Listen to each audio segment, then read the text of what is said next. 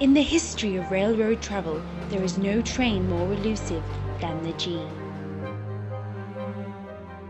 Since its inaugural journey from Brooklyn to Queens, the G train has been cited so few times that many residents have come to consider it New York City folklore. It's a myth. It's a myth? Yeah. I think there were documentaries saying people have seen it. I'm telling you, it doesn't exist. No, I don't think it's real. For experts, however, the elusiveness of the G train is simply a matter of bad service. The G train comes at a frequency that could best be described as very rare to almost never. We've done analysis, and the odds of the average New Yorker seeing a G train in their lifetime works out to be 1 in 30 million. So that's what makes Bart's story so exceptional.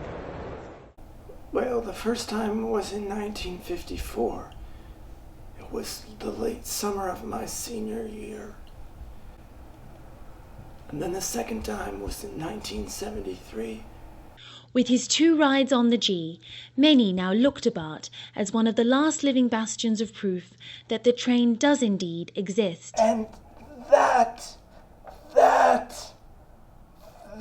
is a young man on the G train. This is you.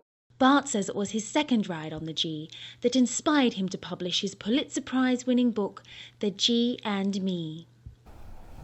The original entrance to the G train was made of copper from the Kennecott Mining Company outside of Ruth, Nevada. For those who haven't been personally touched by the G, it can be hard to share Bart's enthusiasm. It's terrible. I've been using it for 34 years. It's the worst of the worst. I thought the M train was bad. The G train is tops. You know, I missed out on the man of my dreams because of that G train. I had no Cupid date. I mean, he was the cutest. And I never showed. And he never responded to me because that G train just never came. He was so hot.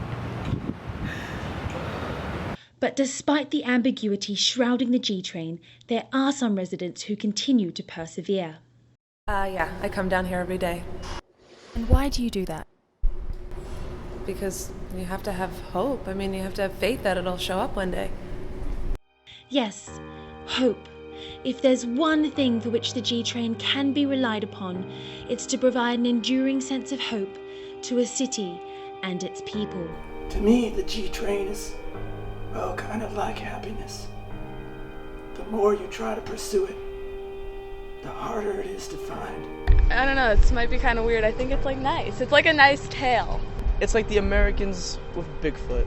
It doesn't really exist, but it's like everybody wants to find it, because if you find it, it's awesome. Do you have any hopes of making it to 3 rides? You know, I think about that a lot. I think about what that third ride would look like and feel like and sound like. But then I think, at this stage of my life, what else could I ask for? How many people can say that they've ridden the G train twice? If you ask me, I think I'm the luckiest son of a bitch on the face of the planet. Pardon my French.